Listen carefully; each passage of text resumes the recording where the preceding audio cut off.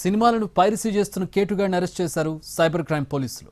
తూర్పుగోదావరి చెందిన Kiran Kumar cam card ద్వారా సినిమాలను పైరసీ చేస్తున్నట్టు గుర్తించారు. ఇప్పటి వరకు 65 పెద్ద సినిమాలను థియేటర్లోనే పైరసీ చేసి మాఫియాకు అమ్ముతున్నట్టుగా తేల్చారు. ఒక్కో సినిమాకు 400 క్రిప్టో కరెన్సీ తీసుకుంటున్నట్టుగా నిర్ధారించారు పోలీసులు.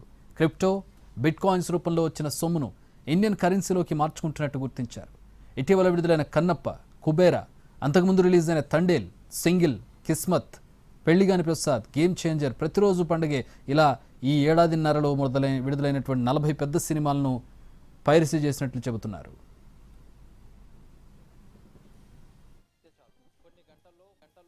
చేతుల్లోకి వచ్చేస్తుంది.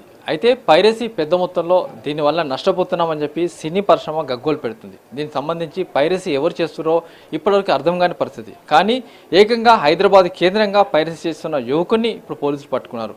ఏకంగా 7.5 కాలంగా 3,700 కోట్ల రూపాయల సినీ పరిశ్రమ నష్టాన్ని కలిగించిన పైరసీ చేస్తున్న యువకుని అరెస్ట్ చేసి అటు రిమాండ్ పంపించారు. ప్రస్తుతానికి దీనికి సంబంధించి మనతో మాట్లాడడానికి ఇన్స్పెక్టర్. సార్ నరేష్ గారు చెప్పండి, అసలు నిజంగా పైరసీ ఎక్కడ జరుగుతుంది, ఏం జరుగుతుంది, మీ దగ్గర సమాచారం ఏంటి? ఇది పైరసీ వచ్చేసి సార్ ఇప్పుడు చాలా రకాలుగా ఇప్పుడు థియేటర్లో స్క్రీన్ రికార్డింగ్ చేస్తున్నారు. అట్లా కొన్ని హెచ్డి వీడియోస్ కూడా లీక్ అవుతున్నాయి.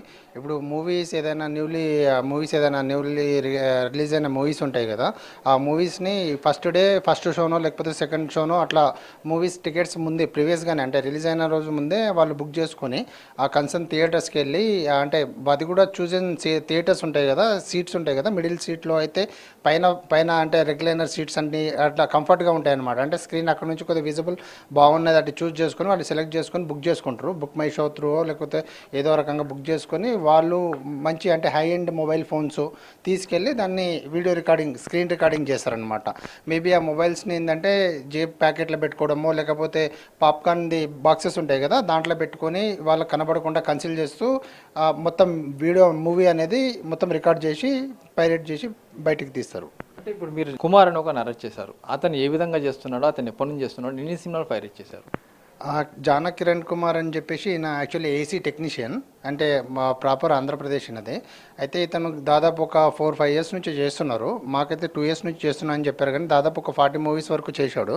ఇతనికి ట్విట్టర్లో మామూలుగా స్క్రోల్ చేస్తుంటే సమ్ యాడ్ అనేది ఒకటి కనిపించింది. జాబ్ రిక్వైర్మెంట్ ఉంటే మాకు కంటెంట్ పంపిస్తే దానికి మేము పేమెంట్ చేస్తామని చెప్పేసి వన్ తమిళ్ ఎంవి అని చెప్పేసి ఒక సైట్, ఆ సైట్కి వెబ్సైట్కి వెళ్తే అందులో మా ఈమెయిల్ ఐడి ఉంటుంది. మీరు దాంతో కాంటాక్ట్ అయితే మేము ఫర్దర్ ఏం చేయాలో